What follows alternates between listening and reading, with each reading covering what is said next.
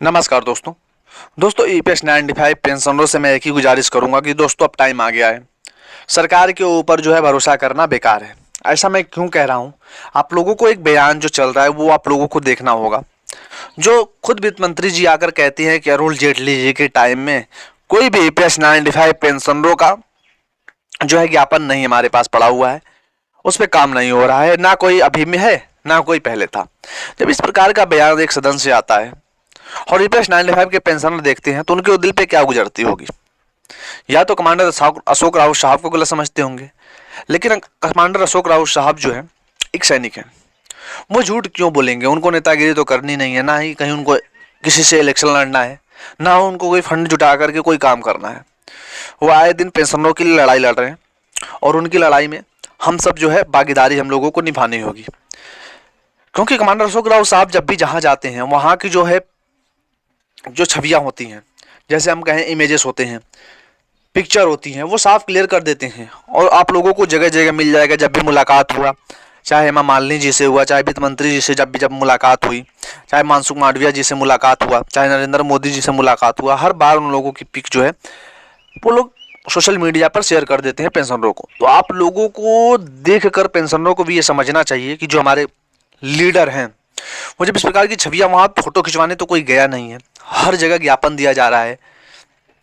अभी आप जो नए नए सीएम बने हैं मुंबई के, उनको भी उनके साथ भी जब वो सीएम नहीं बने थे उनके साथ बुलाया गया, चर्चा हुई, उनको सपोर्ट किया गया। चलिए ठीक है, सीएम बन भी गए, तो फिर क्या हुआ। ईपीएस 95 पेंशनरों का मुद्दा एक बार भी उन्होंने उठाया, एक बार भी उनसे बात की, एक बार भी बुलाकर उनसे कोई वार्तालाप चर्चा हुई नहीं हुई।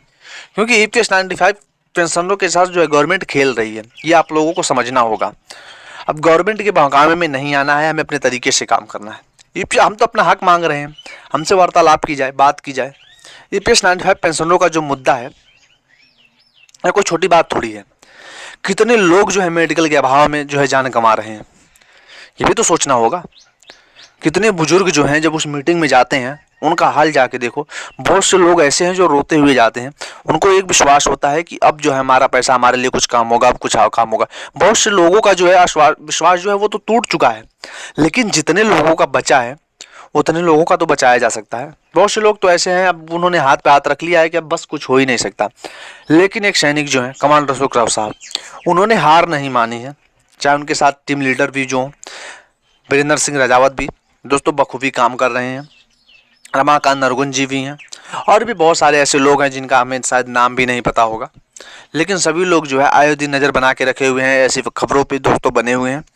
तो आप लोगों का भी कर्तव्य बनता है कि उन लोगों पे यकीन करें, कुछ भी ऐसा कमेंट ना करें, कुछ भी ऐसी वीडियो शेयर ना करें उनके कटाक्ष में। वो आपके लीडर हैं, आपके भले के लिए काम कर रहे हैं। ऐसा नहीं है वो पार्टी के लिए काम करे। बहुत से लोग ऐसे भी कहते हैं कि पार्टी के लिए काम करे। दोस्तों ये कहना बिल्कुल सरासर गलत है, क्योंकि अगर वो पार्टी के लिए काम करते तो इस प्रकार की छवियाँ, इस प्रकार की इमेज वो लोग कभी भी सोशल मीडिया पे शेयर नहीं करते, हर एक टाइम जाके इंटरव्यू नहीं देते, अपनी बातों को क्लियर रूप से नहीं करते। क्या उन्होंने सरकार के खिलाफ नहीं बोला है? कि सरकार के खिलाफ भी बोला है। लेकिन उनको जब आश्वासन दिया जाता है किसी को, दो बातें इसमें निकलती हैं। पहली बात, अगर किसी के पास हम जाएंगे कुछ बोलने के लिए, कुछ मांगेंगे उससे, तो एक तो होता है प्रकार के जब उससे कोई मतलब ना होगा तो वो डायरेक्ट मना कर देगा, भाई हम नहीं दे सकते। लेकिन अगर उसको कुछ आपसे मतलब लेना है तो आपको आश्वासन देगा, ऐसे नहीं ऐसे भी ये काम ऐसे हो जाएगा, उसको जरूर घुमा फिरा के बात करेगा। वही काम जो है अभी सरकार कर रही है। सरकार को क्या है, सरकार अपने पाले में भी हमें रखना चाहती है और कुछ देना भी नहीं चाहती है।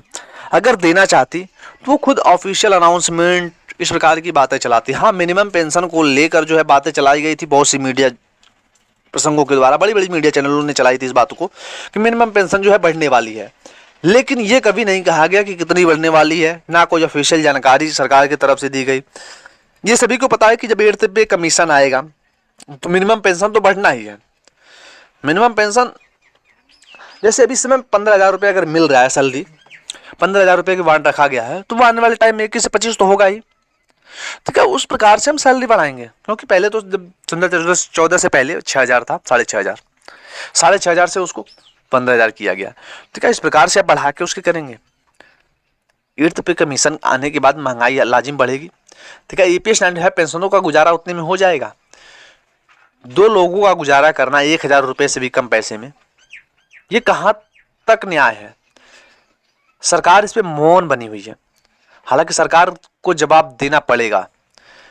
अब इस तरीके से नहीं तो कोर्ट के माध्यम से, कोर्ट भी सख्ती नहीं कर रही है, कोर्ट भी टिप्पणी कर रही है, कोर्ट को भी सख्ती करना चाहिए कि गवर्नमेंट आखिर ईपीएस 95 पेंशनों के साथ खेल क्यों रही है। उनके साथ आधिकारिक कोई भी बयानबाजी अभी तक नहीं किया गया, सीधे उनकी बातों को दरकिनार किया जा रहा है। हर पेंशन के मामले में भी अभी तक पेज फंसा हुआ है। हर पेंशन के मामले में बहुत सारे ऐसे डिफिकल्ट पॉइंट आ रहे हैं जिसको सरकार अभी हल करने में नाकाम रह रही है।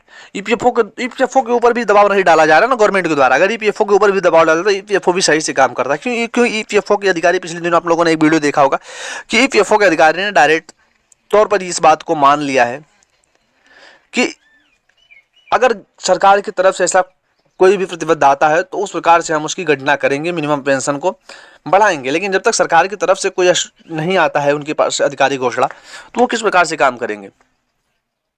फिलहाल ये मुद्दा बहुत बड़ा हो चुका है और मैं गवर्नमेंट से ये सिफारिश करूंगा कि ईपीएस 95 पेंशनरों की सुनो, उनको मजबूर मत करो। फिलहाल देखते हैं।